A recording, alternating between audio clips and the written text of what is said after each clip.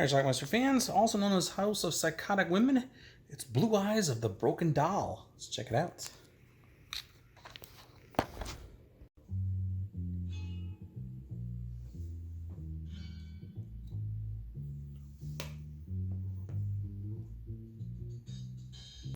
film starts out with our star, Paul Naschy. I'm sure how you pronounce his name.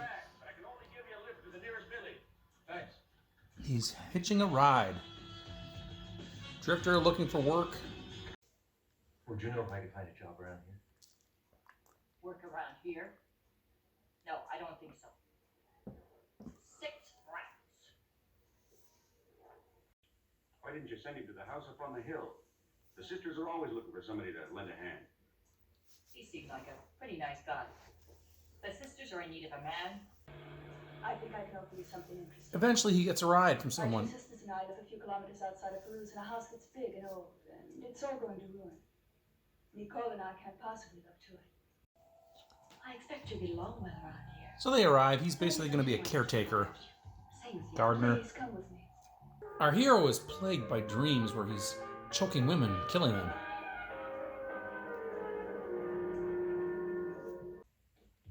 One of the sisters pays a visit. I was walking in the garden when I saw the light on. I have insomnia. Insomnia is a euphemism for I'm horny. And another sister might be jealous. It was she who got near me. It wasn't bad. Makes me sick. Out of nowhere one day, a What do you guy think? shows up and picks a fight. This. The scuffle leads to him being stabbed. Not killed, though. Later on, that jealous sister comes to his bed. He's gotten 2 of them already. Now he's having, like, waking dreams where he envisions choking women. He doesn't act.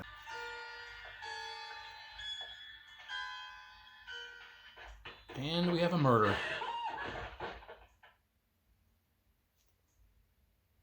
The autopsy report.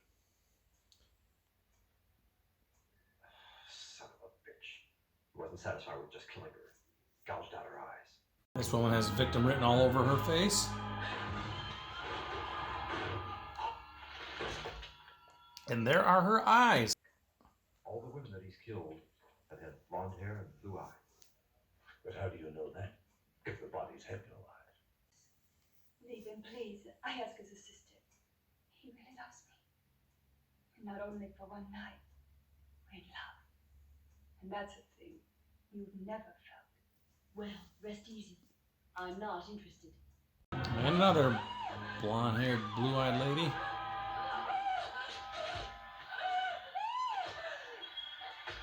And another collection of eyes.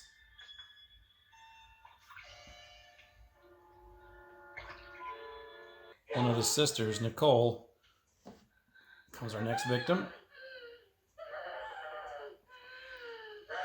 This is the other sister, Yvette. She's in a wheelchair. Well, the authorities think that Paul Naschy might be might be the killer because he has a shady past apparently. So he basically says, "You can't come with me. I got to do this on my own." He finds a way to make her stay too. That'll do it. Then he gets in a shootout with the cops and steps into a bear trap.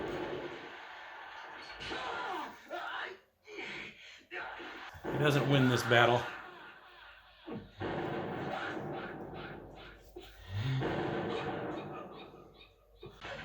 But he wasn't the killer.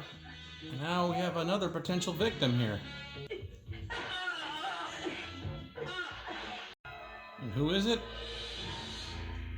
I guess it's Yvette. I guess she's not wheelchair bound after all.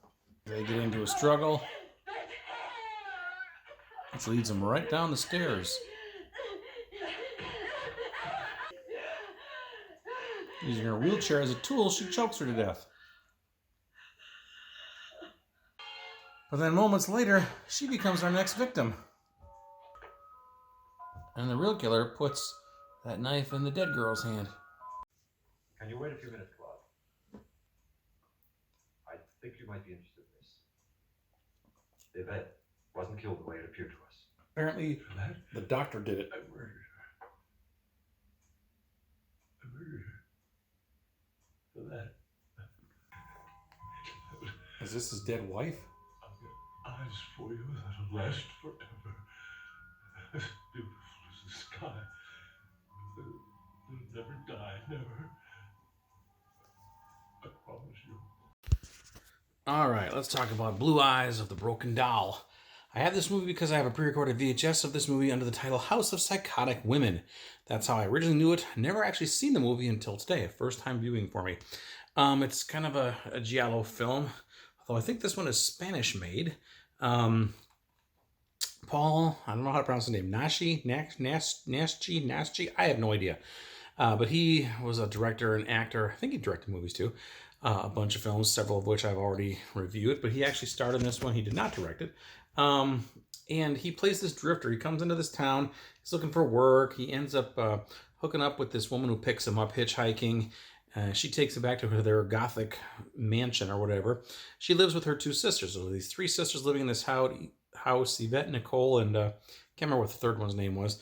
Yvette is in a wheelchair.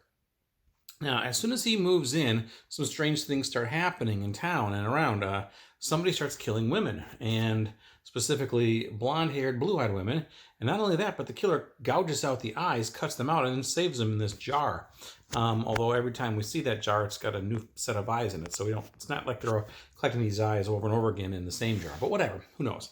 Anyway, the police suspect that Paul is the killer. He has a shady past of some sort. He's already slept with two of the sisters by this time. Yvette, the one in the wheelchair, is the only one he hasn't slept with.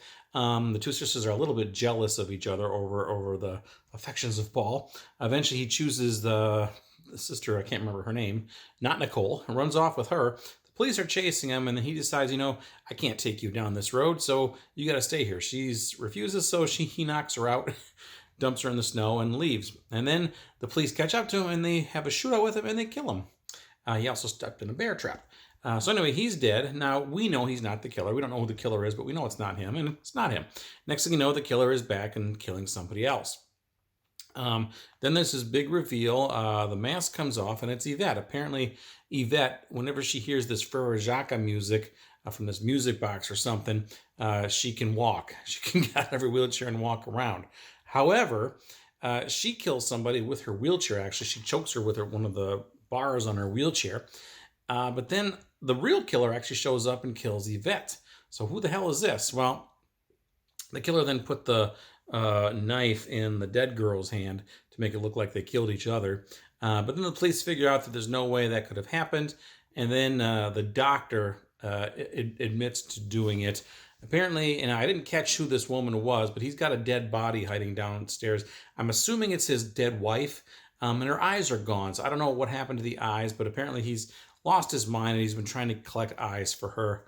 I don't know. Anyway, that is it. So Blue Eyes of the Broken Doll. Is the broken doll supposed to be his wife? I don't know. Whoever that body is in the basement. I don't honestly know. I couldn't quite follow it all, and that's our movie. So anyway, I'm not a huge fan of these types of films, although from what I've read, this one's pretty well respected. It was a little slow for me. Again, these plots are sometimes hard to follow, these giallo plots, and I just not a big fan of them. Just never am.